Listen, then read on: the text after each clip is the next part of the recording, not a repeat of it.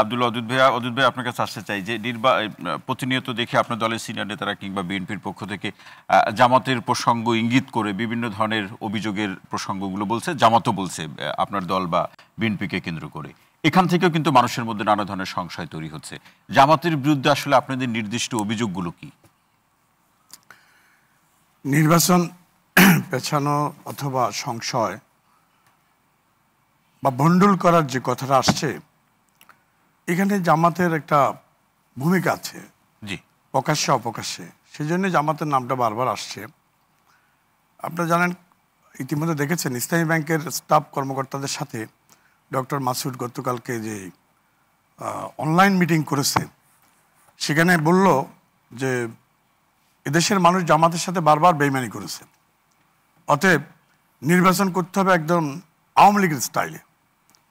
যারা বুথে ঢুকে জামাতকে ইলিগাল সার্ভিস দিতে পারবে তারা বুথে যাবে, আর যারা বুথের ভিতরে ইলিগাল সাপোর্ট সার্ভিস দিতে পারবে না তারা বাইরে থেকে সংগঠনের সাথে সংযোগ স্থাপন করে কাজ করবে। এই কথা দিয়ে এটাই বোঝা যায় যে একটা গোষ্ঠী অলমোস্ট একটা মানে নির্বাচনটাকে আওয়ামী লীগের স্টাইলে ক্ষমতা দখলের অপচেষ্টা করছে, পাশাপাশি অপশন রাখছে যাতে নির্বাচনটা না হয়, যার জন্য তারা কখনো পিআর আনছে, কখনো গণভোটের কথা আনছে, নানাবিধ বিষয় আনছে। এবং তাদের সাথে আওয়ামী লীগের পতিত স্বৈরাচারের সাথে একটা আতাত আছে। শুধু নট দ্যাট, সীমান্তের ওপারেও তাদের সাথে একটা আতাত আছে, এবং তারা এটাকে সহিংস রূপ দেওয়ার চিন্তা ভাবনা করছে। যেমন ধরেন যে থানাগুলো লুট হলো 5 তারিখের পরে, 5 আগস্টের পরে, সেই থানাগুলোর অস্ত্র কোথায়? অস্ত্রগুলো তো কারো না কারো হাতে আছে। তো আমরা মনে করি একটা বিশেষ গোষ্ঠীর হাতে এগুলো চলে গেছে। সেই বিশেষ গোষ্ঠীটাই এই প্রয়োজনে আর্মস ইউজ করবে, এরকমটাই তাদের। এবং আমরা তো জানি আসলে থানা থেকে অস্ত্র লুট করে কারা? যারা অপরাধী তারা।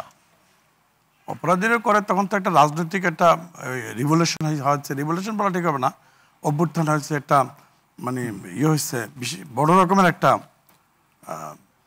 ডিজাস্টার। তো ওই ডিজাস্টারের সময় যে যখন যা সুযোগ পেয়েছে করেছে। তো যারা মাস্টার মাইন্ড নিয়ে এগিয়েছে তারা কিন্তু ওই খারাপ লোকগুলোর সাথে একত্রিত হয়ে অথবা নিজেরাই ওইরকম একটা ক্যারেক্টার অবতীর্ণ হয়ে থানাগুলো লুট করে আর্মসগুলো হাতে নিয়েছে। তা আমরা মনে করছি 2-3টে উপায়ে বাংলাদেশের একটি দল আওয়ামী লীগ, এই প্রসঙ্গ থেকে আপনাদের মধ্যে একটা সংশয় তৈরি হচ্ছে যে এই জামাত নির্বাচনকে আরো একটা সংশয় আছে যে এই যে কথাবার্তাগুলো, যেমন ধরেন বললো খালেদা জিয়া অসুস্থ, একটা মানুষ অসুস্থ হতেই পারে। তো উনি হয়তো বাংলাদেশের একটা বিখ্যাত ব্যক্তি, এখন সকলের সার্বজনীন শ্রদ্ধেয় ব্যক্তি, এখন বা আরো কিছুদিন সাবেক প্রধানমন্ত্রী, হ্যাঁ সাবেক প্রধানমন্ত্রী, পাশাপাশি সবারই শ্রদ্ধার পাত্র। এখন শুধু তিনি বিএনপির একজন নেত্রী বা সম্পদ না, এই মুহূর্তে হয়তো মানুষের কথাবার্তা বোঝা যাচ্ছে, দলগুলোর কথাবার্তায় বোঝা যাচ্ছে যে ওনাকে সবাই ভালোবাসছেন মেজরিটি, এবং উনি জাতীয় সম্পদে পরিণত হয়েছেন বলে আমরা মনে করি। তো এই অবস্থায় একটা দল বলছে যে খালেদা জিয়ার অসুস্থতাকে বিবেচনা করে তফসিলটাকে পিছানো দরকার। তাহলে কি দাঁড়ালো? তাহলে নির্বাচনটাকে আমরা এই জিনিসগুলোকে আমরা অ্যাড্রেস করছি যে এইগুলো কেমন কথা হতে পারে। দেশে একটা নির্বাচন প্রয়োজন এবং জরুরি, বরঞ্চ পিছিয়ে গেছে। ইউনিট সরকারের ভুলটা হয়েছে এই জায়গায়, এসে মাত্র যদি নেপালের মতো বা শাহাবুদ্দিন সরকারের মতো যদি রোডম্যাপ ঘোষণা করতো, আমরা সবাই নির্বাচনমুখী হয়ে যেতাম। তখন আপনি মনে করছেন এই বাস্তবতা তৈরি হতো না? বাস্তবতা তৈরি হতো না। পাশাপাশি আমি আরেক সেকেন্ড বলে যে আমাদের ব্যারিস্টার বা অ্যাডভোকেট বাই সুপ্রিম কোর্টের বলেছেন, আসলে মাঠের মানুষ অ্যাবসলিউটলি নির্বাচনমুখী। আমি মাঠ থেকে আসছি আজকে সকালে, এত বেশি নির্বাচনমুখী হয়ে গেছে যেটাকে মানে আমার এই সময়কালে কয়েক যুগের মধ্যে এত আগ্রহী দেখা যায়নি।